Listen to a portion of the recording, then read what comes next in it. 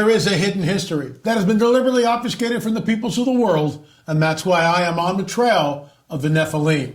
Folks, I think you'll find this interesting. Once again, we are in Cusco. You'll see Brian lecturing on the stones. I remember the first time I saw it, I was there. It was breaking news to me. And we'll get into that and so much more. But first, a word from our sponsor, My Patriot Supply. Global problems are having local consequences. Too many of them. Take food shortages, for instance. Supply chains can break down at any moment, as we've all learned the hard way. And we've seen it. We're experiencing it in real time right now. That means now is the time to get yourself some emergency food from our good friends at My Patriot Supply. They're America's largest preparedness company with millions of happy, well-prepared customers. Let me just stop right there, folks. We've got cans in Oklahoma. We've got cans out here in an undisclosed location somewhere deep in the heart of the Santa Monica Mountains. So we love their product. It's great, and we're stocked up. My Patriot Supply food lasts for up to 25 years in storage. It's an insurance policy that you can eat. When you need it, it will be there. Act now and save $50 on a handy 4-week emergency food kit. The kit provides breakfast, lunch, dinner, drinks, and snacks, totaling over 2,000 calories a day. Every person in your family should have one of these. Go to my special website, preparewithla.com, and save $50 on each 4-week food kit you purchase today. That's preparewithla.com. Those who know what's coming are using today to prepare. Once again, preparewithla.com. So here we are in Cusco, elevation about 10 to 12,000, Sacsayhuaman, very close to Cusco. When you fly in the vicinity, as I said last week, it's hair-raising because the pilot's going in between mountain passes. It's like, oh my God, are we going to make it? You can see the shot there. That's Brian Forrester and myself, 2013. So it's, you know, it's getting up there in years. And we see these megalithic stones. I'm going to show you right here. This is the corner. So this is the street that you're seeing here. And if you follow this gentleman down and you'd make a left turn there, this is what you see in the corner. Unbelievable megalithic structure. Look at that. Just pause and take a second and ask yourself, did the Inca really build this? And that's the subject of today's show. You'll see Brian Forrester lecturing. This is uncut footage from the late director of the Watchmen series, Richard Shaw. If you're interested in this, go to streaming.lamarzulli.net. You can watch Watchmen 6, The Secret Cosmic War. I think you'll find it fascinating. So let's...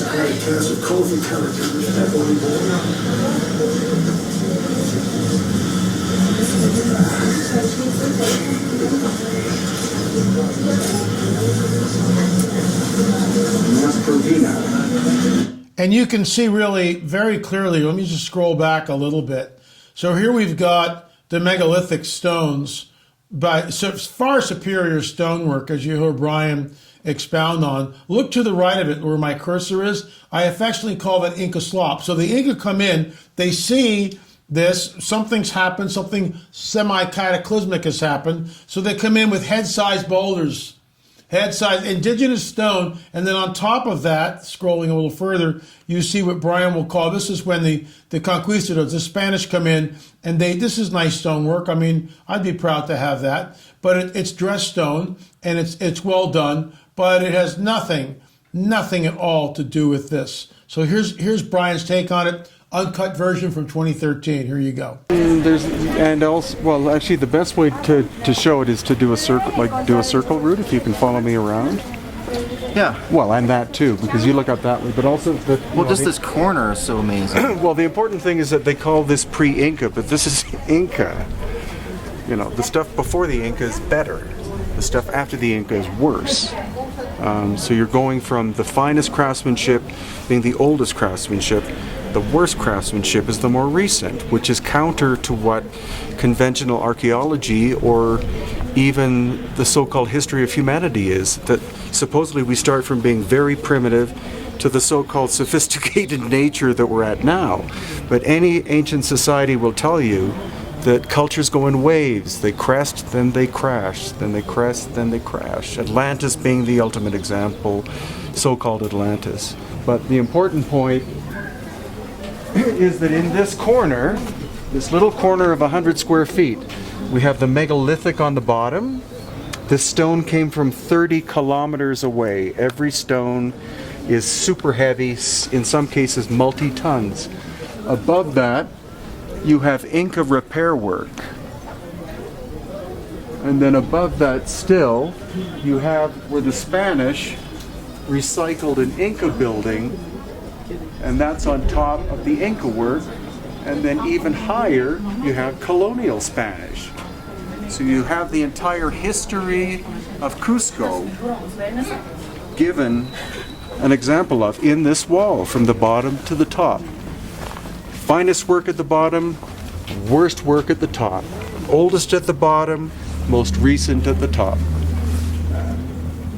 So there you go. And it's just amazing how modern day archaeologists insist that the Inca did this. When you're down there, you hear all these docents, all these tour guides, oh, the Inca were master stone builders and all this. Show us. Show us how you do it. And I'm going to show you again. The Inca only had copper chisels. Maybe, and I doubt they had bronze, but they had copper chisels, okay? And we talked about this last week. You can see the clip on Friday. I'll run it again towards the end of the week. Folks, there is a hidden history that has been deliberately obfuscated from the peoples of the world. That is why we're on the trail. I'm on the trail. You can get on the trail too and never leave the comforts of your own living room by going to streaming.lamarzulli.net, streaming.lamarzulli.net. There they are, all 7 of the On the Trail of a Nephilim series. But we're talking about Cusco, and of course that is from Watchers, our Watchers series with my good friend, the late Richard Shaw. And Rick and I did 11 films together. We had a great run at it. This is from 2013, The Secret Cosmic War. That's the one you want to get if you want to really get into it. So let's talk about our modern day UFO phenomenon, which is real, burgeoning, and not going away. Folks, I will be at Hear the Watchmen conference right there. It's up on the screen, Eyes to See. I'm really not sure what I'm going to talk about yet. It might be kind of a smorgasbord because so much has happened. But I will be there on the 17th to the 20th. Hear the Watchmen. Get your tickets now. What are you waiting for? We were all starved to get together and fellowship and have a conference. Well, Hear the Watchmen's the kickoff for the first, at least for me, this year. And it's in March, between March 17th and the 20th. In Dallas, go to hearthewatchmen.com, and that's plural men, hearthewatchmen.com. Order today, use promo code LA20, LA20, save some bucks off the ticket, okay? Hope to see you there. Come up to the table. We love meeting and greeting folks and hanging out, and thanks so much for patronizing that. So let's get into this. Hey, LA, thank you for getting the truth out there. I've been following your work for a while now and watch your videos on Rumble regularly. I'd like to share my 2 video UFO sightings with you. They're available, and he tells us where. So I'm going to show you the second sighting because it's more recent, from 2012. Thank you for the stand you've taken. We need many more watchmen. God bless you, Gene Ward. So let me shift gears here and go to this, and you will see it, my second UFO sighting. And here we go. Thank you, everyone. I hope you're all having a great day. Thank you for joining me for more eye strangeness in this one, folks. We're looking at my second UFO encounter, 7th of January 2012, location Centurion, South Africa. There's a look at the 3 orbs that I checked out. There's a close-up of one of the orbs and a crescent-shaped object. It's the 7th of January 2012 at approximately 9:30 p.m. on a warm, cloudy evening. It's close to full moon and there's a light breeze in the air. I'm outside checking that the gates on my property are locked. I then notice a crowd of people gathered at the adjacent security guardhouse, looking up at something in the sky. I look up at the bright moon towards the north, and it's then that I notice a bright orange orb moving in a perfectly straight line slowly across the sky in a southerly direction towards me, emitting no sound as it does so. It doesn't flicker or blink or turn on and off. I thought it might be a Chinese lantern, and I noticed there's no visible smoke or an outline of a typical structure that surrounds the flame inside a typical Chinese lantern. I run into my house and quickly get the camera and start taking photographs. Soon there are 2 more of these strange orange-red orbs, and they're all moving in unison, staying equidistant to each other. I follow the orbs taking photographs until they vanish about 20 minutes later. Let me just stop it right there. That's a great shot. We see the moon, and this guy knows his camera because he's not getting any lens flares. When you point your camera at a light source like the moon, unless you close the lens of the camera and mess with your settings on the camera, you can get lens flares very quickly. So he knows what he's doing, and he's letting us use this clip. But you see, this is close encounters, really are the first kind. It should be, close encounters the first time is like 150 yards away. Well, obviously that's further than 150 yards, but I lump it into CE1 because that's what it is. When you have an encounter like this, all bets are off. Let's continue. I take note of the direction in which the clouds are moving, and it becomes clear that the orbs didn't follow the direction of the wind. So it's not Chinese lanterns. It was actually perpendicular to the direction.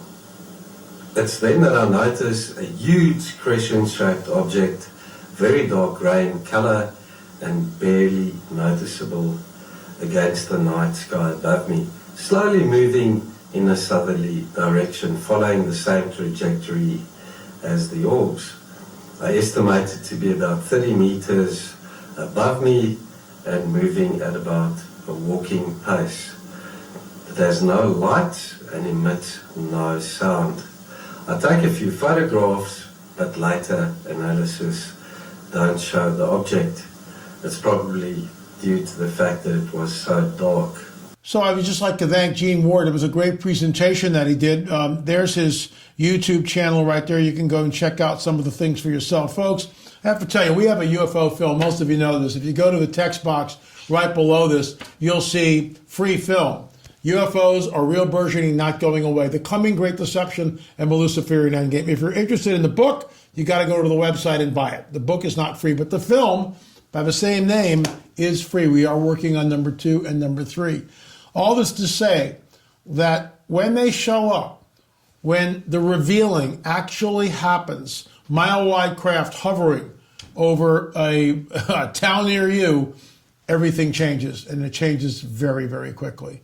Anyway, folks, thanks so much for watching On the Trail of a Nephilim, and of course, our daily UFO sighting. If you've got footage, if you've got pictures, a video, a story, shoot me an email, la@lamarzulli.net, la@lamarzulli.net. And by the way, say I give you permission to use this, and we will use it right here.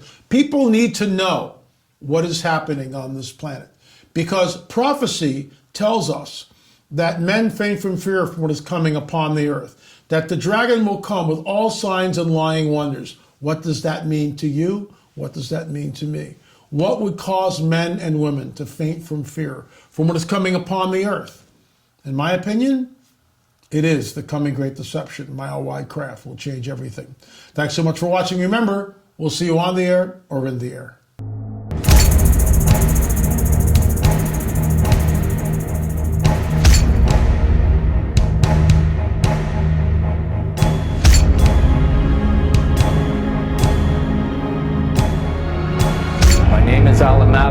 I've seen a UFO. I've seen a UFO. And I saw a UFO. A UFO.